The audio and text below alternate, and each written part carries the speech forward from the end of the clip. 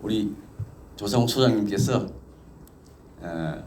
연대의 정신과 가치에 대해서 좀 폭넓게 이야기를 해주면 좋겠다는 요청을 하셔서 제가 한국 사회의 발전과 연대의 가치 이런 제목으로 오늘 강의를 준비를 했습니다. 오늘 평일 저녁 굉장히 귀한 시간들을 내셔서 오셨는데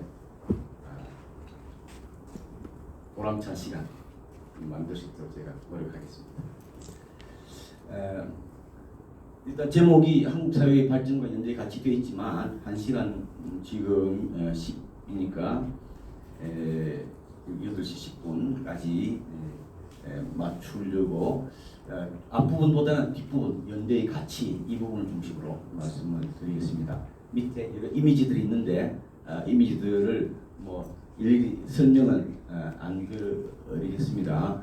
그 중에서 아마 좀 생소하실 것은 이거는 이제 연대를 가리키는 여러 이제 상징 중에 하나입니다. 요게 뭔지 아시는 분 혹시나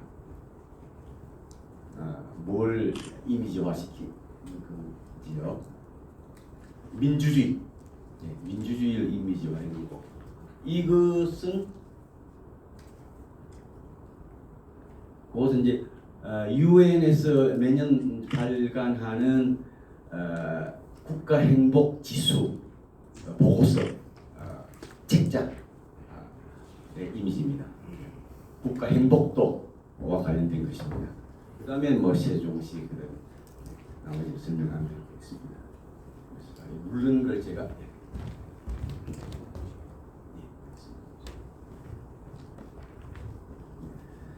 이런 순서로 강연을 하겠습니다.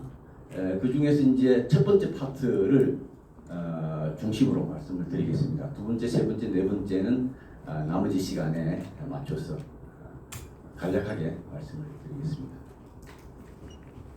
자, 바로 들어가겠습니다. 먼저 연대란 뭐냐 하는 것인데 몇 가지 이제 이 용어가 지금은 익숙하지만 그래도 이 생각들을 정리하기가 그렇게 쉽지가 않습니다.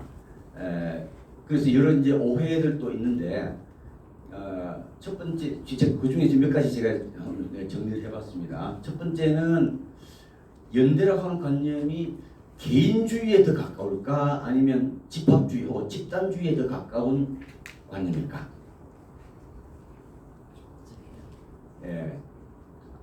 이제 답은 둘 다 거리가 멀다.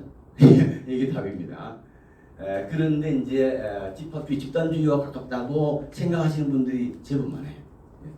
두 번째, 연대라고 하는 관념이 정치적 진보주의의 관념일까, 보수주의의 관념일까? 나름대로 대답을 뭐 하셨겠죠. 답은 둘 다 포괄하는 관념이다. 그러니까 연대는 진보주의자들도 굉장히 중시하고 보수주의자들도 굉장히 중시하는, 말하자면 연대는 진보와 보수를 아우르는 관념인데 단 그러나 극단적인 극단적인 우는 그 안에 들어가지 않고요. 중도 좌우에 해당되는 정치 이념들이 많이 여기 들어갑니다. 그런데 또 한 가지 연대관념이 보수주의자들도 그냥 중시한다고 했는데 자유주의자들은 연대관념을 싫어합니다. 이질적입니다. 그러니까 보수주의와 자유주의는 일치하지 않거든요. 대표적으로 이제 하이에크 같은 사람은 아주 이 연대라고 하는 것이 시장 질서와 배치되는 것으로 그렇게 비판을 하고 있습니다. 그 다음에 세 번째, 연대, 무엇이 연대의 기초일까? 연대의 기초가 뭔가? 많은 분들이 연대라고 하는 것은 도덕적인 관념이다. 굉장히 이상적인 관념이다. 그러니까 현실성은 별로 없는 거 아니냐? 이렇게 생각하는 경향들이 있습니다. 그렇죠? 좀 그런 이미지가 있잖아요. 답은 반은 맞고 반은 틀리다. 연대는 상당히 이상적인 도덕적인 면을 가지고 있습니다. 동시에 현실적인 특징도 굉장히 뚜렷이 가지고 있어요. 거기에 대해서는 나중에 좀 더 자세히 말씀드리겠습니다.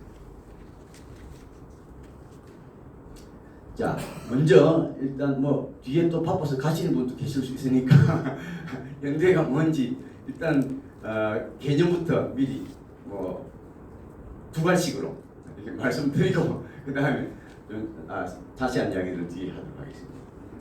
자, 연대가 뭐냐? 이 연대라고 하는 것을 사실은 제가 이 화면을 보이지 않고 한번 시간이 있어서 여쭤본다고 하면 다양한 답들이 나올 거예요. 근데 이제 제가 정리를 한 것인데 네 가지 정도로 정리할 수 있습니다.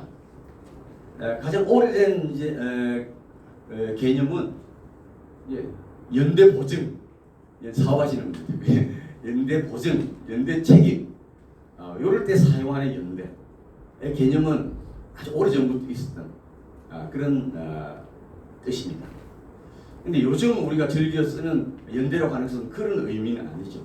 요즘 우리가 즐겨 사용하는 연대의 뜻은 두 번째, 세 번째 지원 혹은 협력 이런 의미입니다. 그죠? 그런데 또 요즘 젊은 분들은 그래도 이제 근래 와서 연대라고 하는 것을 워낙 많이 이야기하니까 이게 익숙하지만 좀 이렇게 연배가 높은 분들은 연대라고 하는 단어 자체가 좀 생소한데 그래도 옛날에 학교 시절 때 접한 적이 있어요. 고등학교 사회 혹은 윤리 시간에 듀케엠의 기계적 연대, 유기적 연대 한 단어를 아마 배웠을 거 오래전에 배웠을 겁니다. 그때 연대라고 하는 단어를 썼는데 그때 쓰는 연대는 결속이라고 하는 뜻입니다. 사회적 결속, 결합. 사회학에서 쓰니 흔히 이제 연대로 하면 그런 의미로 씁니다. 여기 네 번째 뜻이죠. 그러니까 첫 번째, 두 번째, 세 번째, 네 번째가 사실은 의미가 많이 다르지 않습니까? 그런데 이것이 이제 한 단어 안에 다 들어가 있는 내용이고 그 가운데서 특별히 근대에 와서 새롭게 만들어진 의미는 두 번째, 세 번째, 네 번째. 그래서 흔히 우리가 연대를 근대적 개념이다 이렇게 할 때는 두 번째, 세 번째, 네 번째 이 의미를 이야기하는데 연대는 어쨌든 첫 번째에서 네 번째까지 통틀어서 갖는 공통점이 있습니다. 그건 혼자서 연대가 될 수는 없는 거겠죠.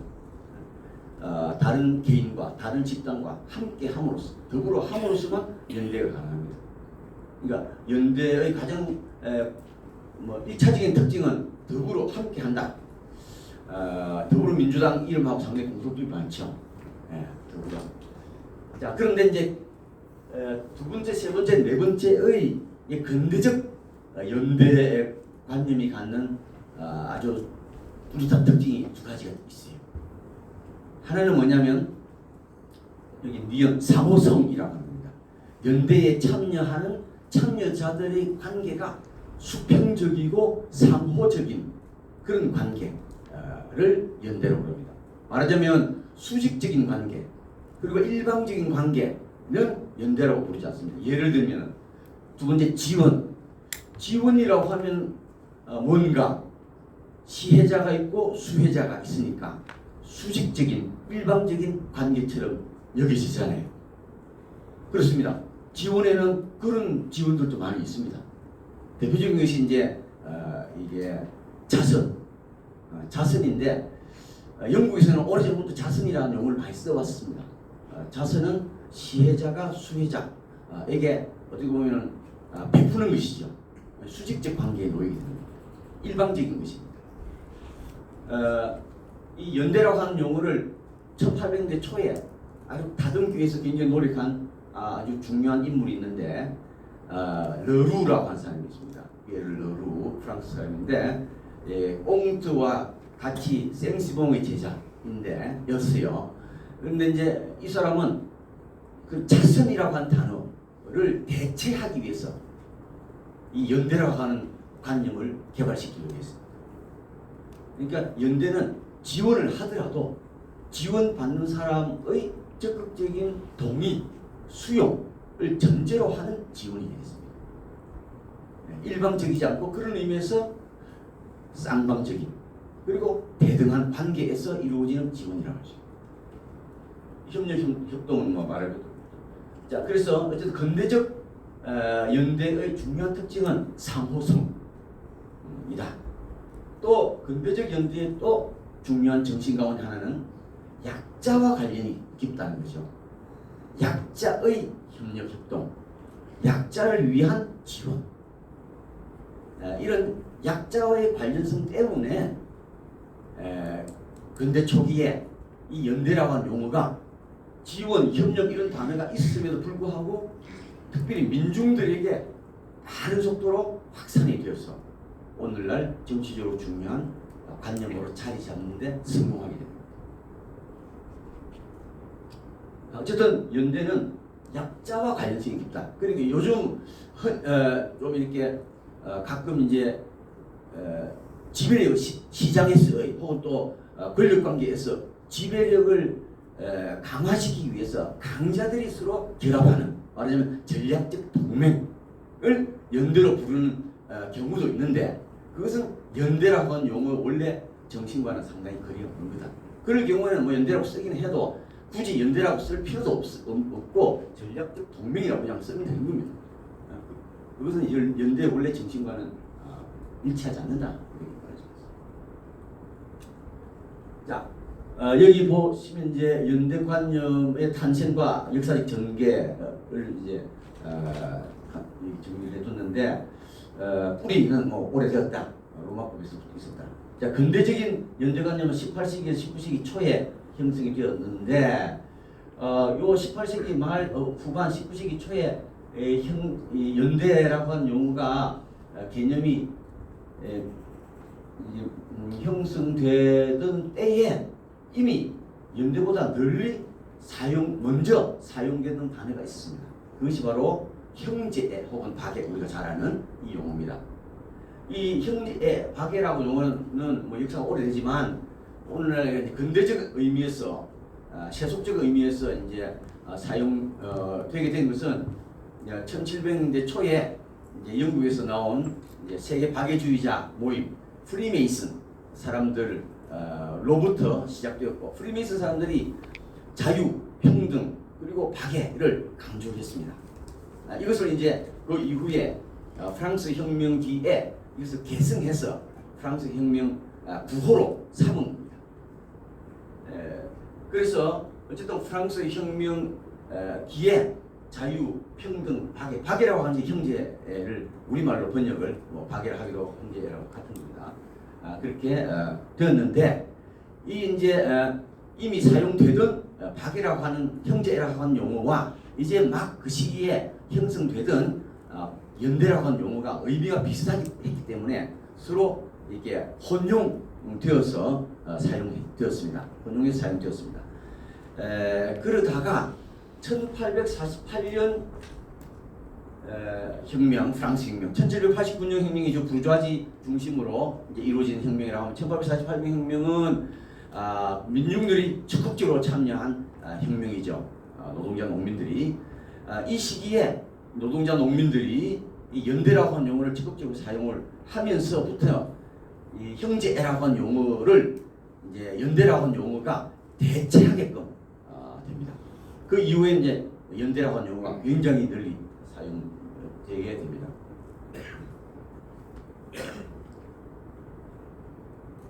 네. 자, 이야기를 정리를 좀 하면요. 근대적 연대관념은 프랑스 혁명 구호, 자유, 평등, 박애 가운데 박애를 계승해서 발전했다.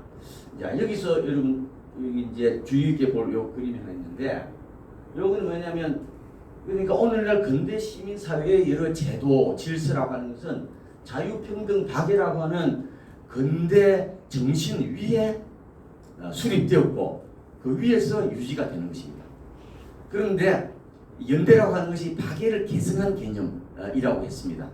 그러니까 오늘날 근대 시민 사회는 자유, 평등, 박애 혹은 자유, 평등, 연대의 상호 보완적인 새 정신 위에 세워져 있고 유지가 된다, 이렇게 말씀드릴 수 있겠습니다. 그러니까 이 셋 중에 하나가 빠져버린다면, 붕괴되어 버린다고 하면 근대 사회의 질서는 제대로 작동하지 못한다 이렇게 말씀드릴 수 있겠습니다. 연대가 연대만으로 생존할 수 있는 것이 아니고 유지될 수 있는 것이 아니고 자유평등과 함께 서로 보완하면서 유지되는 것입니다. 그런데 현 정부는 보면은 이 취임사에서부터 자유와 연대를 강조를 하면서 평등을 배제하고 있습니다. 굉장히 큰 위험이 도사리고 있는 거예요. 자, 연대는 어쨌든 프랑스 혁명기에 민중들에게 널리 수용되면서 빠르게 확산되었다. 민중 연대로부터 시작되었습니다. 시간 있으면 여기 이제 레미제라블 그 영화에 나오는 민중의 노래 그걸 이제 이렇게 한번 들어보면은 민중들이 그 연대감의 어떤 그 에너지 이런 것을 우리가 느낄 수가 있는데 그걸 생략하도록 하겠습니다. 근데 이제 이 민중들 가운데서 특별히 노동운동이 이제 1800년대 후반, 1900년 초까지 이제 빠르게 발달을 하죠. 그리고 사회주의 또 사상이 빠르게 발전을 하면서 특별히 민중 연대 가운데서 노동연대 사상이 가장 빠른 속도로 이제 발전을 하게 됩니다. 그것이 우리가 고전적인 사회적 연대 하면 바로 노동연대를 생각하게 되는 이제 배경이 되기도 하죠. 노동자 연대는 주로 이제 조직화된 연대의 특징을 가지고 있습니다. 세계 노동조합의 가장 애창하는 노래 가운데 하나가 Solidarity Forever라고 하는 노래가 있습니다. 이것도 자, 그런 노동자 연대, 노동계급 연대로부터 오늘날 요즘은 이제 시민연대라고 하는 말 많이 쓰죠. 시민연대. 노동연대는 노동자 해방을 위한 연대를 의미하고 오늘날 시민연대는 노동해방뿐만 아니라 노동해방을 제외한 것이 아니라 노동해방뿐만 아니라 여성해방, 환경보호, 그 다음에 이 인종차별 철폐 등등 다양한 그런 사회적 약자들의 이 결합을 통해서 하나가 됨을 통해서 그런 인간다운 삶을 살려고 하는 그런 노력, 그것이 시민적 연대인데 노동연대로부터 시민연대로 이게 연대의 패러다임이 전환되는 이제 과정에 결정적인 계기가 된 것이 우리 잘 아는 1968년 혁명이 있습니다. 이 장면을 이건 프랑스 파리인데 우리 이 촛불 혁명을 연상케 하는 그런 엄청난 군중들이 모여 있었던 자, 시민연대는 이와 같이 다양한 주제로 그 이제 시민연대의 범위가 이제 세계화, 생태 위기를 계기로 해서 엄청나게 이제 폭넓어져서 전 지구촌을 하나의 연대의 범위로 이제 포함하면서 글로벌 시민연대 사상이 이제 발전하게 되었고 최근에 와서는 단지 인간과 인간 사이에 말하자면 국가와 국가 사이에 계급과 계급 사이의 연대뿐만 아니고 인간과 자연, 인간과 타 생명체 간의 공존, 조화를 우리가 생각하게 되고 그 연대를 이제 우리가 생각하면서 생태적 연대라고 하는 사상이 지금 새롭게 발전하고 있습니다. 이런 것이 이제 근대적 연대 관념이 처음에 이제 등장한 이후 지금까지 연대 관념이 쭉 변화해온 발전해온 과정을 간략하게 말씀드렸습니다. 정리를 하면은 연대는 어쨌든 자유 평등과 함께 근대 시민 정신의 3대 축 가운데 하나다. 그리고 자유의 가치를 중심으로 세워진 사상인 자유주의처럼 연대의 가치에 입각해서 세워진 사상이 연대주의인데 이 연대주의는 철학적으로는 개인주의와 집단주의의 대립에서 제3의 대안으로 제시된 것이고, 정치적으로는 자유주의와 옛 사회주의, 과거 옛 사회주의의 대립 속에서 제3의 대안으로 제시되었던 이 정치 이념이었다, 이렇게 말씀드릴 수가 있겠습니다. 자, 이런 근대에 태동한 연대관념이 왜 지금 우리가 주목해야 할 대상인가? 왜 지금 연대인가? 하는 점을 간단하게 살펴보도록 하겠습니다. 연대라고 하는 개념이 근대 초기에 등장한 것은 전근대가 근대로 전환되면서 전근대의 공동체적 결속이 이제 근대에 와서 개인을 중시하는 근대에 와서 이렇게 붕괴되면서 이제 사회의 결속을 어떤 방식으로 새롭게 만들어갈 수 있을까 하는 고민을 하던 과정에서 연대라고 하는 관념에 주목을 하게 되는 것입니다. 마찬가지로 오늘날 1900년대 말에 와서는 1차 연대, 1차 근대, 2차 근대라고 하는데, 사회학에서는 1차 근대라고 하는 것은 이제 1800년대, 1900년 초의 근대. 그리고 말하자면 제도와 조직을 중심으로 한 근대성. 지금은 이제 사회가 전반적으로 개인화되면서 제도나 조직의 힘이 약해져 버렸습니다. 그래서 제도나 조직에 의존했던 결속력이 약화되면서 이제 개인 중심의 사회에서 어떻게 새롭게 사회적 결속을 만들어갈 수 있을 것인가 하는 질문에 대한 대답을 찾기 위해서 오늘 현대 여러 사상가들이 주목을 하게 된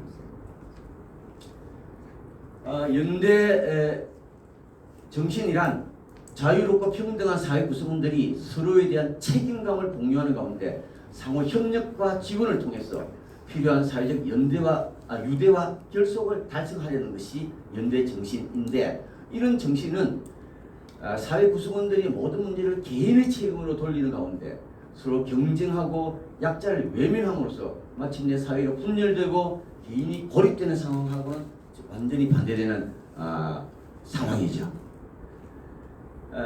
그렇기 때문에 이런 상황, 이런 사회가 분열되는 상황, 즉 사회가 분열되고 개인이 고립된 곳에서, 그리고 경쟁이 지배하고 사회적 약자가 외면당하는 곳에서 이러한 연대정신, 연대의 가치가 빛을 발하며 연대정신의 회복이 강력히 요청되는데, 마치 자유방임주의가 지배하던 19세기 근대 초기가 그런 상황이어서 연대에 대한 주목도가 높았다고 하면, 오늘날은 영미식 현대 신자유주의가 위력을 발휘해서 이렇게 경쟁이 지배하는 그런 상황이 되었기 때문에 연대라고 하는 정신 가치에 사람들이 주목을 하게 되었다, 이렇게 말씀을 드릴 수 있겠습니다. 이처럼 1900년대 말에 와서 연대에 많이 주목하다 보니까 전 인류가 이제 21세기를 맞이하면서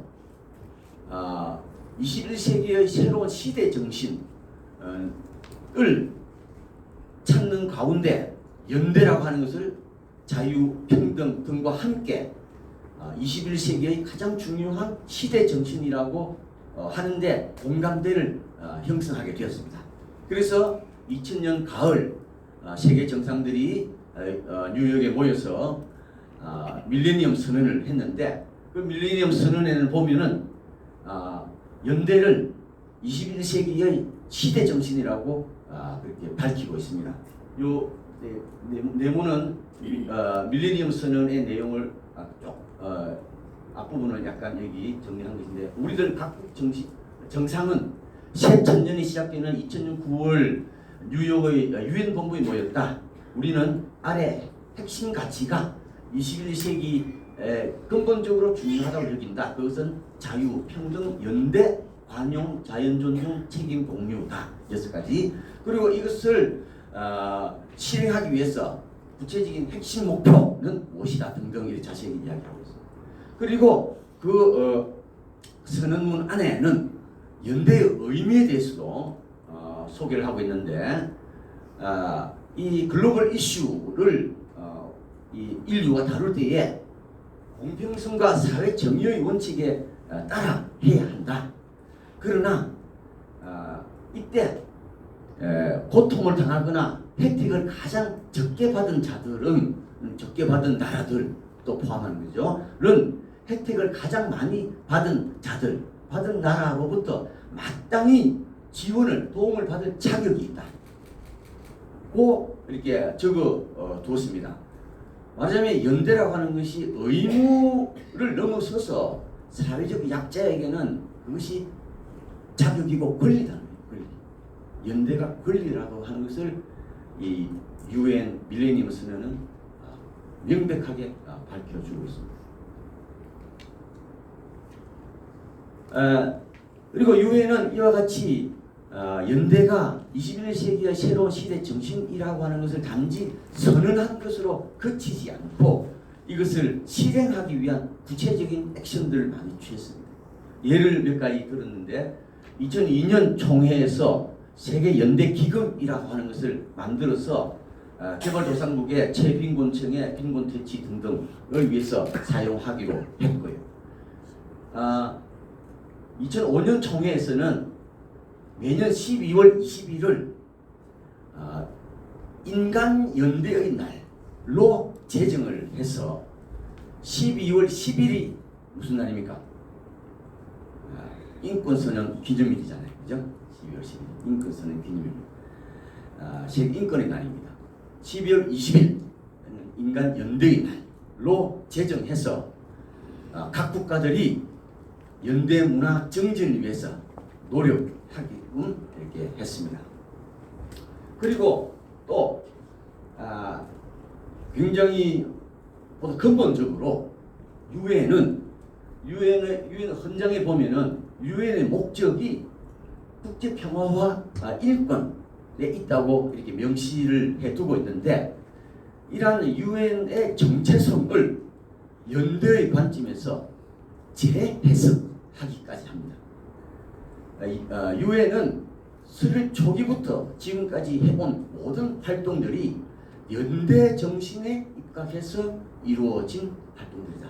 이렇게 이야기를 함으로써 유엔의 모든 활동을 연대의 관점에서 이야기를 하기 시작합니다. 유엔뿐만 아니라 이제 21세기에는 세계의 여러 시민사회들, 여러 국제기구들이나 또 여러 이 조직들이 연대를 핵심 가치로 인정을 하게 되는데 세계 각국의 정당들의 이제 연합체들이 있습니다. 중도 좌우파 정당 연합으로 가장 큰 것이 CDI라고 하는 것인데 요거나 그다음에 중도 좌파 정당 연합의 가장 큰 것이 사회주의 인터내셔널인데 이것이 이제 한 10년 전에 약간 분리가 됐어요. 진보 동맹과 사회주의 인터내셔널이 지금 규모가 비슷합니다. 비슷한데 그래서 중도 좌파 정당 연합인 이 두 기구와 중도 우파 정당 연합인 이 기구가 공통적으로 연대를 핵심 가치, 핵심 정신으로 선언하고 있습니다. 그런데 이제 우리나라의 이 더불어민주당과 국민의힘 둘 다 여기 다 안 속해 있습니다. 보니까 아직까지. 자, 연대의 정신을 특별히 강조하는 사회가 어디냐면 유럽과 중남미입니다. 미국은 굉장히 연대라고 하는 것을 좀 주변화시킨 그런 사회입니다. 제가 유럽과 미국을 이제 비교해서 연구를 해보기도 했는데 실제로 미국에서는 노조나 또 여성단체나 시민단체 이런 데서는 연대를 중시하지만 국가 전체적으로 특히 정계에서 연대라고 하는 건 그렇게 중요하게 생각하지 않습니다. 왜냐하면 자유주의즘이 지배하는 곳이거든요. 그런데 이제 유럽의 경우에 이제 유럽 의회에 여러 이제 정치 세력들이 있는데 이 중에서 가장 많은 의석을 점하는 정치 세력이 이제 중도 우파 정치 세력이죠. EPP 유럽민중당이고 두 번째로 많은 의석을 점하는 정치 세력이 SND인데 이제 중도 좌파 정치 세력이죠. 이 두 정치 세력이 다 자신들의 정치적 그 모든 활동의 핵심 가치로 이렇게 자유, 평등 혹은 평등 자리의 정의를 이렇게 대체하기도 하고 같이 하기도 합니다.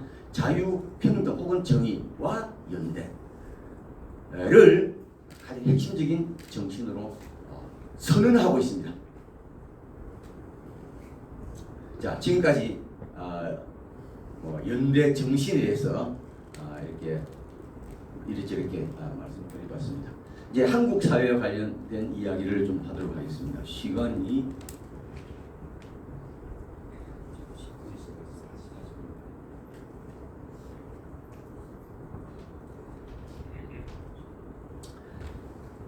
이제 한국 사회 이야기를 좀 하겠습니다. 한국 사회가 그동안 성취해온 것이 많지요. 그런 것을 우리가 부인할 수가 없습니다. 많은 부러움의 대상이 되고 있습니다. 그런데 이제 우리가 이 상태에 머물러서는 안 되겠죠. 다 머무르려고 하진 않습니다. 더 앞으로 나아가려고 합니다. 그런데 앞으로 나아가야 되는데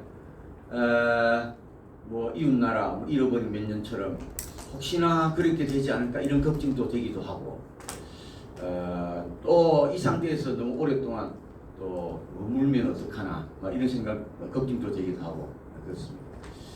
자, 우리가 앞으로 더 나아가기 위해서 오늘 우리의 모습을 잘 분석을 해야 되는데 이해를 해야 되는데 뭐 좋은 점도 우리가 잘 알고 그것을 살려나가야 되고 또 부족한 점들을 또 정확하게 알아서 그것을 개선하는 방안을 찾아야 되는데 이제 저는 이제 사회학자니까 이제 우리 한국 사회의 여러 좀 극복해야 할 면 중에 가장 크게 주목하는 부분이 한국 사회가 지나치게 분열과 갈등이 심한데 분열과 갈등이 심한 것이 문제는 아닙니다. 사회가 이제 복잡해지면 분열과 갈등이 심해지는 것은 자연스러운 것이고 어떻게 분열과 갈등이 심해져야 합니다. 심해져야 합니다. 그래야지 사회가 발전할 수가 있습니다. 문제는 그 분열과 갈등이 사회 발전으로 이어질 수도 있고 분열과 갈등이 사회 퇴보, 해체로 심하게는 나아갈 수도 있는데 우리는 이제 후자가 아니고 전자의 길을 선택해야 되는데 그 기로에 무엇이 있느냐 하면은 분열과 갈등을 발전으로 이렇게 전환시키는 원리가 있단 말입니다. 그것이 뭐냐면 통합의 원리입니다. 여기 보면 밑에 표가 있는데 표를 제가 설명을 하지 않겠습니다만 새로운 통합, 그러니까 분열과 갈등이 발생하기 전에 했던 그 통합의 원리로는 안 되고 이제 새로운 직업이 생기고 그리고 직업 간의 갈등이 생기고 새로운 제도가 만들어지고 그래서 새로운 갈등이 생기고 하면은 새로운 갈등에 대처할 수 있는 새로운 통합의 원리를 이제 찾아내든지 만들어내든지 이렇게 하면은 그 분화, 분열, 갈등이 사회 발전에 아주 중요한 계기가 된다는 거죠.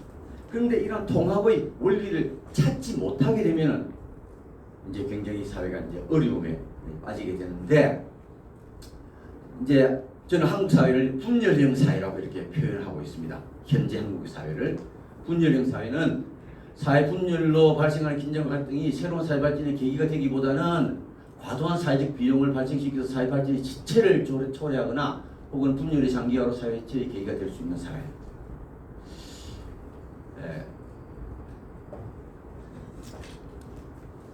자, 한국 사회의 왜 한국 사회를 분열형 사회라고 말하느냐? 이건 뭐 다들 다 전문가들이시니까 다 잘 아시는 내용이 많이 들었어요. 또 아시는 내용. 갈등 수준이 OECD에서 가장 높은 수준이다 하는 것은 다 알잖아요. OECD가 다 선진국이 아닙니다. 우리는 OECD를 선진국에게 등치시키는데 OECD 안에는 선진국이 많지만은 선진국 아닌 나라들도 못 채우고 있습니다.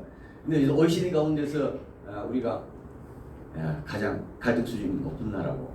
그런데 OECD뿐만 아니라 전 세계 이재율 교수 TV 83개국을 대상으로 조사한 데서는 26위 갈등 수준이 이렇게 상위 수준입니다. 여러 조사에서 그렇습니다. 갈등 수준으로. 그래서 사회 통합, 갈등이 많다 하더라도 통합으로 이어지면 된다고 그랬죠. 통합으로 잘 이렇게 이어지느냐? 통합 수준. 한국의 통합 수준은 OECD에서 가장 낮은 수준. 안타깝게도 가장 낮은 수준. 그리고 79개국 가운데서도 중위 수준. 그러니까 결국 한국 사회가 OECD 국가 가운데서 갈등 수준이 높고 사회 통합 수준이 매우 낮은 사회라는 점을 보여줍니다. 그것은 한국 사회의 높은 사회 갈등 수준이 아직 사회의 재통합으로 이어지지 못하고 있음을 의미합니다. 이제 이게 과제라고 할 수 있겠습니다. 어떻게 우리가 사회 통합, 새롭게 통합시키고 과거의 방식으로 통합이 안 되니까 오늘날 이제 시대에 맞는 통합 방식을 찾아야 되겠습니다. 한국 사회가 이렇게 갈등 수준이 높은 이유가 뭐냐? 이거는 뭐 우리가 다 알듯이 근대 이후에 여러 역사, 근대사, 현대사 과정을 이제 압축적으로 경험을 하면서 발생한 여러 갈등들을 그때 제대로 해소하지 못하고 어떻게 보면 그걸 잘 통합하지 못하고 그것이 누적되어서 지금 이렇게 분출하고 있기 때문에 다른 나라에 비해서 갈등 수준이 높다 이렇게 말씀을 우리가 이야기하는 것이 안 옳겠습니까, 그죠? 그동안 쌓인 갈등, 친일 청산부터가 지금 안 돼 있잖아요. 그러니까 그 갈등이 아직도 지금 이루어지고 있다. 이런 역사적인 과정의 결과 오늘날 정치 영역, 경제 영역, 시민사회 영역 등등에서 다양한 이런 분열의 유형, 다양한 유형의 분열과 갈등이 발생하고 있다. 자, 이렇게 보면은 한국 사회가 분열형 사회인 것 같다. 이런 생각이 듭니다. 우리가 그러면 여기서 그러면 자주하고 말 것이냐? 그건 아니죠. 우리가 여기 모인 이유는 앞으로 어떻게 하면 앞으로 나아갈 수 있을 것인가 하는 것입니다. 이제 여기서 연대에 관한 이야기를 이제 하려고 합니다. 우리 사회가 전근대 공동체 사회에서 지금 분열형 사회에 와 있는데 분열형 사회는 여러 가지 이제 이런 형태로 존재합니다.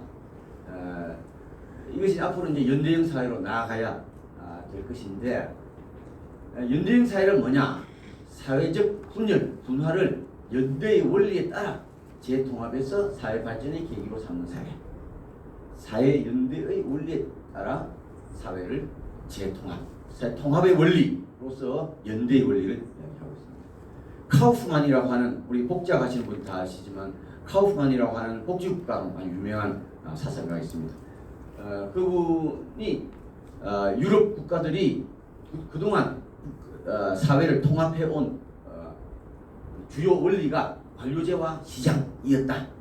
그런데 이제 20세기 중葉에 와서 새롭게 발견하게 된 것이 연대라고 하는 새로운 원리다. 연대의 재발견이라고 하는 것을 이야기를 한 바가 있고 꼭 이분이 아니더라도 오늘 널리 아까 앞에 살펴봤듯이 연대의 원리가 얼마나 중요한가 하는 것은 이제는 온 인류가 그것을 공감하고 있습니다. 자, 아까 첫 번째 슬라이드에서 연대라고 하는 것이 도덕적인 것이냐 아니면 현실적인 것이냐 하는 이제 질문을 제가 던지고 나름대로 간단하게 결론을 말씀드린 바가 있는데 연대는 이 세 가지 차원 지정의 말하자면 감성, 이성, 도덕성 세 가지 차원 다 관련되어 있습니다. 가장 저변에는 어떻게 보면은 이 감정적 연대라고 할 수 있는 이 감성적 차원의 연대가 사회에서 이 연대형 사회에서 가장 광범위하게 이제 형성이 되어야 되겠죠. 이 감성적 차원의 연대라고 하는 것은 말하자면 사회적 약자에 대한의 고통, 불안에 대한 공감을 이야기하는 것입니다. 이웃 또 사회의 약자의 그 고통을 무관심하게 내버려두지 않고 공감하는, 말하자면 공감 능력이 확산되어 있는 사회, 공감 능력을 갖고 있는 인간들을 키우는 그런 교육, 이런 것이 이제 기본에 깔려 있어야 되겠죠.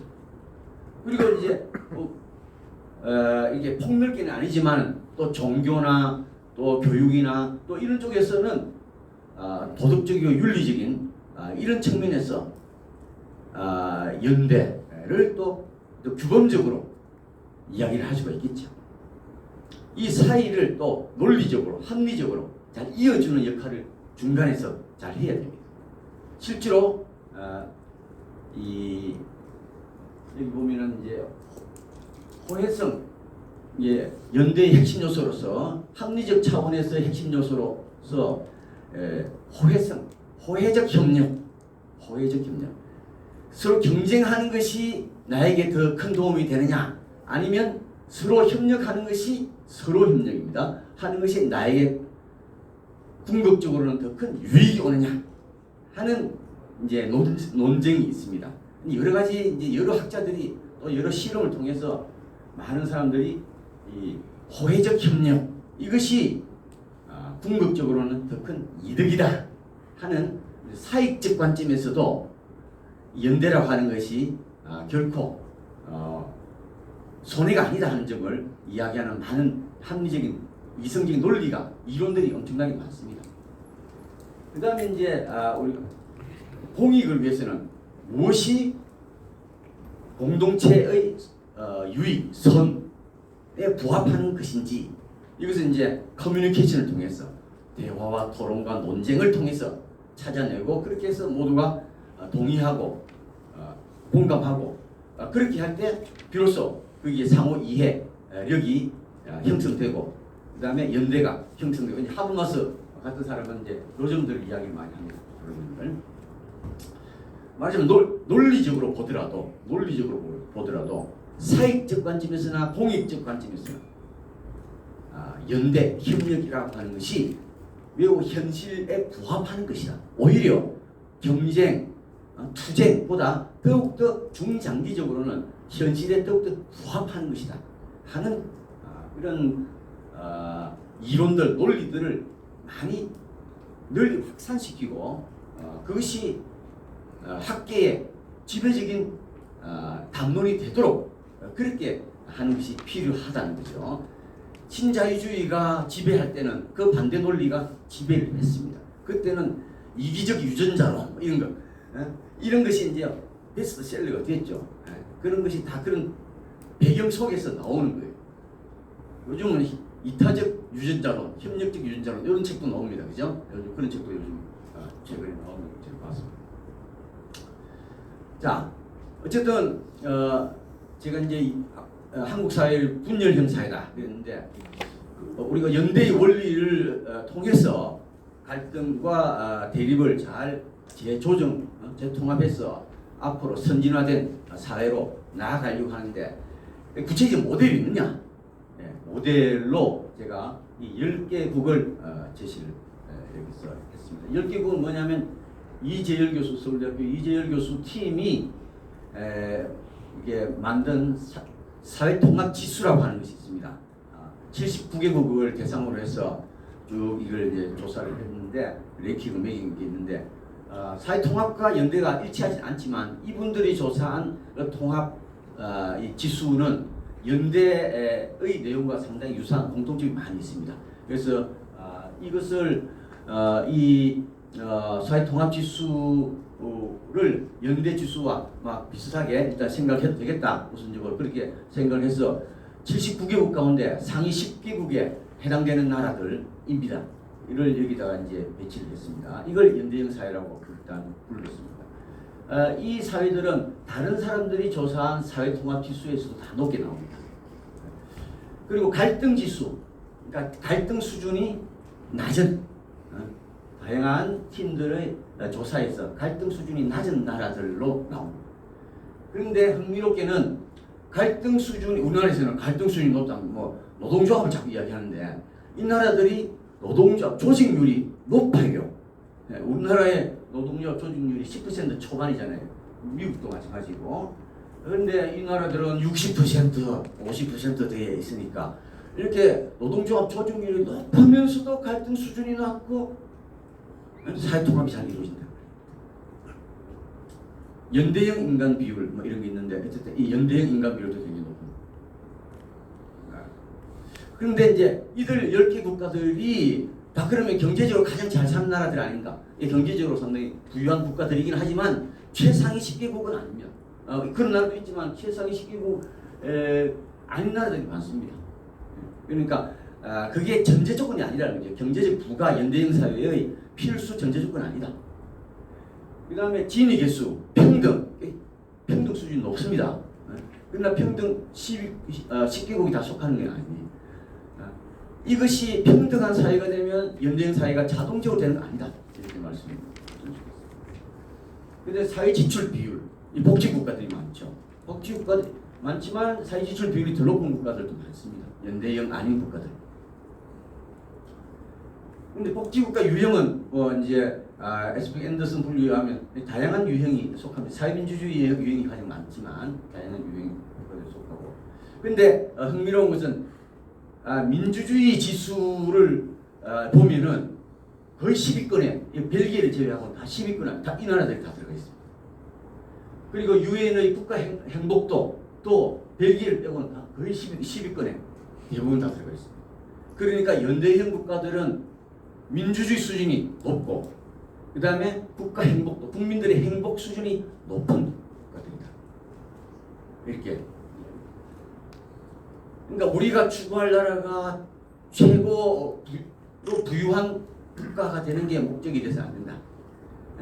그리고 최고로 뭐 평등한 국가 가능하면 되면 좋겠지만 그것도 함께 노력을 해야 되겠지만 그보다는 이제 이런 민주주의와 국민들의 행복 수준이 높아지는 그런 국가가 우리의 목표가 되는 것이 바람직하지 않겠냐. 그런데 이들 국가 10개국은 공통적으로 한 나라도 예외 없이 의원대학제를 취합니다. 이건 더 이상 말씀 안 드리겠습니다. 연대형 그러면 이제 이런 연대형 사회로 한국 사회를 전환시키기 위해서는 어떻게 해야 되느냐? 정치적인 영역, 경제적인 영역, 그리고 시민사회 영역에서 다양한 노력이 있어야 되겠죠. 이걸 정리를 한번 해봤습니다. 이거 뭐 제 생각이니까 뭐 틀릴 수도 있겠고, 참고로 하시면 되겠습니다. 자, 정치적인 영역, 국가의 성격, 뭐 우리가 다 그렇게 생각하고 있는 부분이기도 합니다. 중앙 집권적이고 관료주의적인 국가를 분권적이고 개방적인 사회복지국가, 사회국가로 전환시켜야 된다. 다 동의를 하는 것입니다만 구체적인 내용은 이제 저는 이제 의원내각제를 엄청나게 강조하는 입장입니다. 대통령제로는 어렵다. 저는 이렇게 생각합니다. 지금까지는 많은 기여를 해왔는데 앞으로 나아가는데 지방분권 강화, 지금 세종시의 막중한 책임이 여기 있습니다. 그 다음에 냉전적 이념국가의 흔적 헌법에 남아 있습니다. 이거 없애야 된다. 이런 생각을 하고 있습니다. 왜냐하면 이게 남아 있는 한 이념 정당이 자리 잡기가 쉽지 않거든요.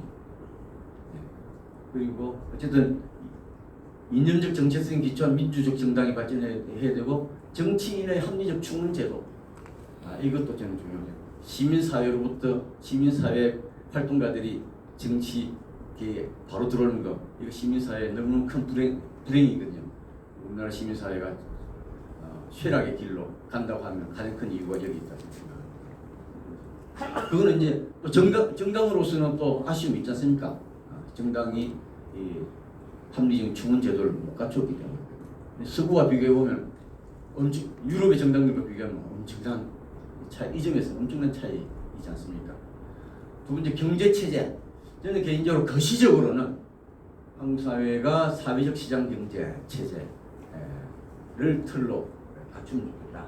그리고 미시적으로는 이제 사회적 경제 활성, 사회적 경제를 활성화, 사회적 경제만으로는 뭐 이 사회적 경제의 위상을 보완적 위상, 대체적 위상 이런 논의들이 있는데 보완적 위상 저는 이제 저는 무게를 두고 있습니다. 어쨌든 미시적으로는 그러나 사회적 경제가 지금보다는 훨씬 활성화 될 필요가 있다. 그렇게 해서 결국 방향은 공정하고 연대경제, 시장경제의 발전. 그다음 구체적인 내용 예는 뭐 이렇게 쭉 있는데 민주주의 노사관계 발전, 사회적 경제 활성화, 노동자 경영 참여, 시민사회 제도적 과제, 인권보호제도, 그 다음에 교육. 현재 한국의 교육제도가 경쟁 패러다임인데 핀란드나 북유럽처럼 아까 나왔던 연대형 사회의 교육 패러다임처럼 협동 패러다임으로 전환. 이것도 그냥 도덕적이고 이상적인 것이 아니고 우리 잘 알듯이 핀란드의 교육의 이게 성취도는 세계 탑이지 않습니까? 경쟁 패러다임이 아니고 협동 패러다임을 통해서 세계 탑. 우리는 경쟁 패러다임을 통해서 세계 이게 상위 수준, 최상위 수준인데 결과만 좋은 게 아니고 너무나 많은 희생을 우리가 감수하고 있지 않습니까? 그 다음에 시민사 인성, 그 다음에 시민사의 문화적 과제. 여러 가지 문화적 과제가 있겠지만 이제 사회 모든 주요 영역에서 자유, 평등과 함께 연대를 사회의 기본 정신, 가치로 확립, 확산. 오늘 우리 소장님께서 이런 자리를 마련해 주신 것이 이런데 엄청난 기여를 지금 하시고 있는 겁니다. 저도 이렇게 나와가지고 이제 불러주시면 언제든지 쫓아가는데 이 주제로 이제 이야기해달라고 하면 쫓아다닙니다. 대전에서도 단체하고 이렇게 했는데 그거는 이제 바로 이런 차원에서 제가 뭐 할 수 있는 게 활동가는 못 되니까 저는 이제 이런 차원에서 연대문화 정진에 조금이라도 뭐 기여하면 좋겠다 하는 생각에서 이런 강연도 하고 책도 쓰고 글도 쓰고 이렇게 하고 있습니다. 자, 마무리하겠습니다. 시간이 5분 남았죠. 자, 뭐 여기서는 특별한 내용은 아닌데 정리를 하면은 오늘 한국 사회에서는 사회 통합의 필요성 그리고 민주적 사회 개혁의 필요성에 대한 이 공감 때문에 새로운 통합 원리로 연대에 대한 관심이 정대되고 있습니다. 과거에는 국가 권력이나 시장을 통해서 통합이 가능했다고 하면 지금은 그것만으로는 어렵다는 것을 이제 깨닫게 되어서 연대에 대한 관심을 많이 갖게 됐다. 그런데 아직도 한국 사회에서는 시장주의자 그리고 국가주의자, 우리나라 국가주의 전통이 아직 강해요. 국가주의자처럼 분열형 사회를 유지 강화하려는 반연대주의 레짐이 확고하다. 저는 그렇게 일단 표현을 하고 있습니다. 그래서 시민 중심의 연대형 사회의 개혁이 쉽지 않다. 예를 들면 개혁 논의. 개혁 논의도 뭐 대통령 임기 바꾸는 이런 정도로는 안 되거든요. 지금은 전환기에 있어서 새로운 87년 체제를 이렇게 전환시켜야 된다. 이런 입장에 있습니다. 어쨌든 그럼에도 불구하고 연대형 사회로의 중장기적인 전환, 이게 단기적으로 될 건 아니지만 중장기적인 전환을 위해서는 연대주의 레짐의 형성과 발전이 무엇보다 필요하다.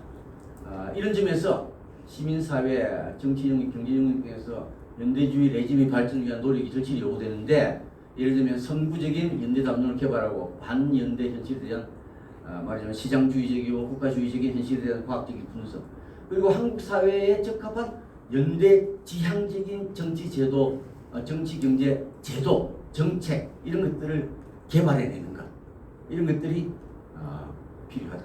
이런 점에서 볼 때 자유, 평등, 정의의 가치와 함께 연대의 가치를 전면에 내세우면서 이것을 토대로 모두가 행복한 선진 복지사회의 실현에 필요한 담론과 정책개발 활동을 시작한 새로운 생각연구소 같은 그런 공동의 노력은 오늘날 세종시의 미래 발전을 넘어서 한국 사회의 발전을 위해서도 매우 소중한 의미를 지닌다. 이렇게 의미를 찾을 수가 있겠습니다.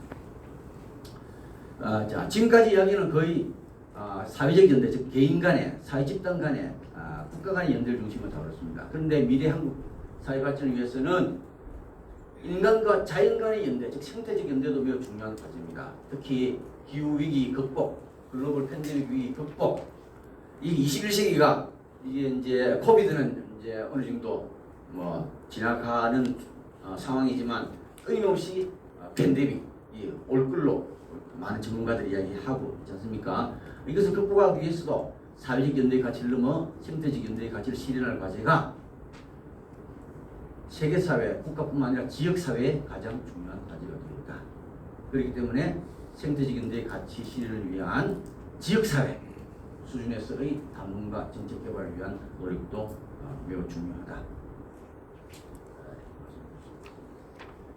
자, 연대 이제 정리한 것입니다. 연대관념은 근대에 탄생했고 민중연대, 사회연대 관념에 기초한 사회연대주의, 그리고 글로벌 시민연대 관념에 기초한 시민연대주의, 그리고 생태연대 관념에 기초한 생태연대주의, 이런 연대 사상으로 발전하고 있다.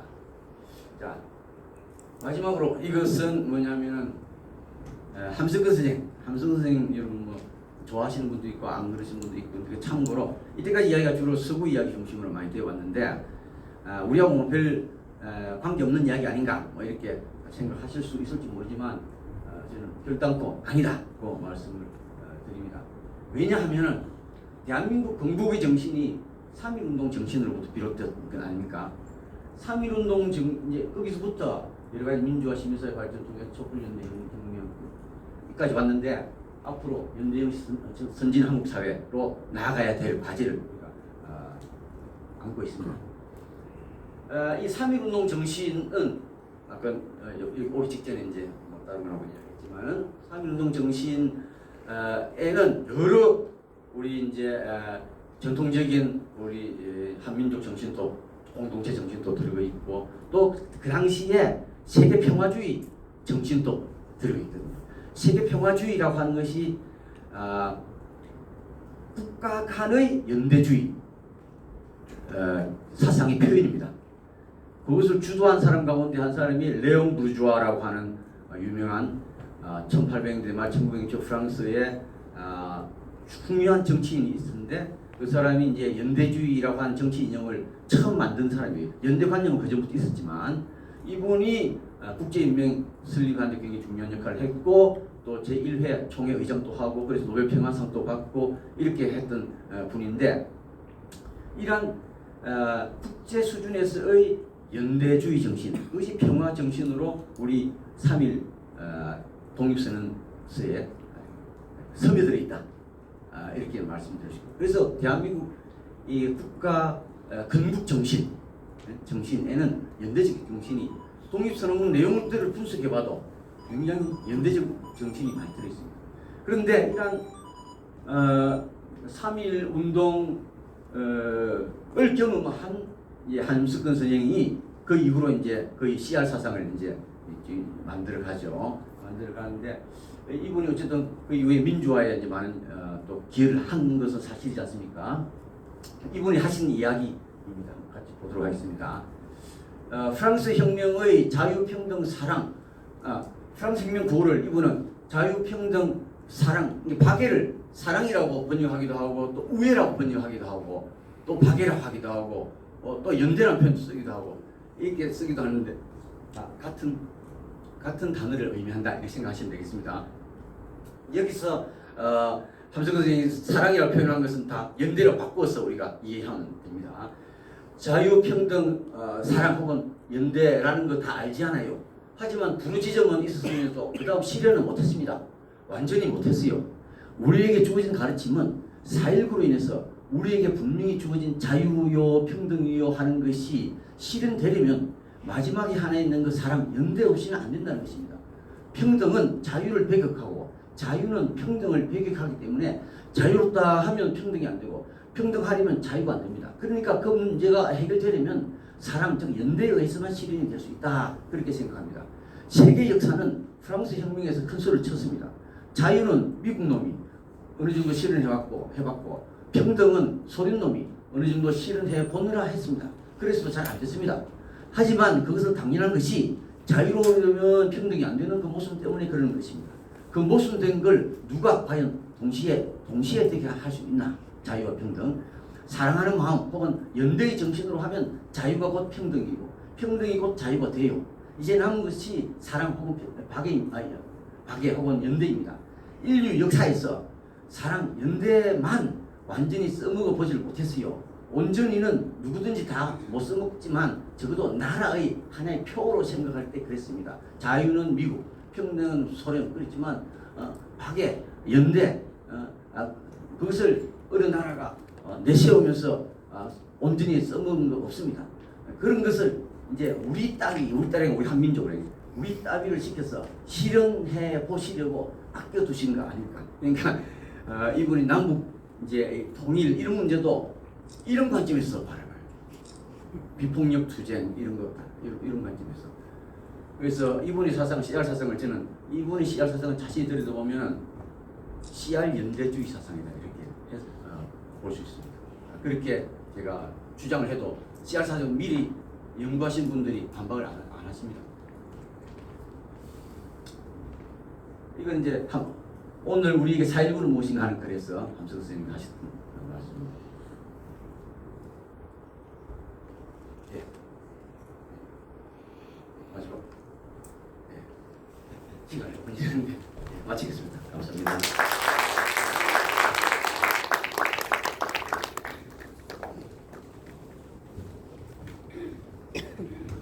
잠깐만 앉아 계세요.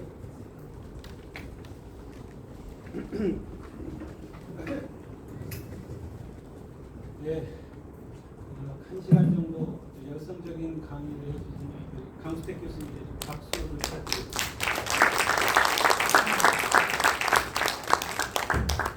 제가 원래 이 말씀을 드리려고 했던 거예요. 제가 혼자 편적으로 말씀드렸던 게 바로 이런 거다. 제가 계속 말씀드리는 게 한국 사회가 정말 자유와 평등을 갈구해온 역사고 세계적으로도 가장 자유롭고 평등하려는 사람들이 모인 사회인데 번영을 이뤘지만 세상이 너무 각박하고 우리가 편할 날이 없어요. 그거를 극복하려면 저는 우리 강수택 교수님 말씀하시는 연대 정신이 우리 사회에 깃들어야 우리 사회가 좀 더 편안하고 누구나 행복한 사회가 될 거라고 생각을 하고 있습니다. 저는 우리 강 교수님 말씀과 글을 상당히 좋아하는데 여러분도 같이 공감하셨으면 싶고요. 제가 교수님 덕분에 두 가지를 새롭게 안들게 된 게 있는데 저는 우리 헌법에 있는 자유민주적 기본질서라는 표현을 굉장히 싫어하거든요. 아주 어렸을 때부터 싫어했어요. 왜 이렇게 말을 썼을까? 굉장히 항상 불만을 갖고 있었는데 교수님 말씀을 들어보니까 그 유신 헌법 때부터 원래는 민주적 기본 질서라는 말이 민주적 재질서, 민주적 재발전 이런 말이 유신 헌법에서 자유민주적이라는 말로 왜곡이 됐다. 두 번째 아까 잠깐 말씀하셨는데 12월 20일이 세계 인간 연대의 날입니다. 그래서 저희 연구소에 올해 그 회원회 방문 12월 20일 그 정도를 말씀드렸고요. 질의응답 시간입니다. 예. 혹시 말씀 들으시면서 내가 이 말씀을 한번 해보겠다 내지는 이거는 정말 궁금하다라는 분들 우리 언론인 분들도 몇 분 같이 자리하셨는데 질문 있으시면 말씀 주시면 고맙겠습니다. 시의원님들이 먼저 발언을 하시면 다른 분들도 하지 않을까 싶습니다.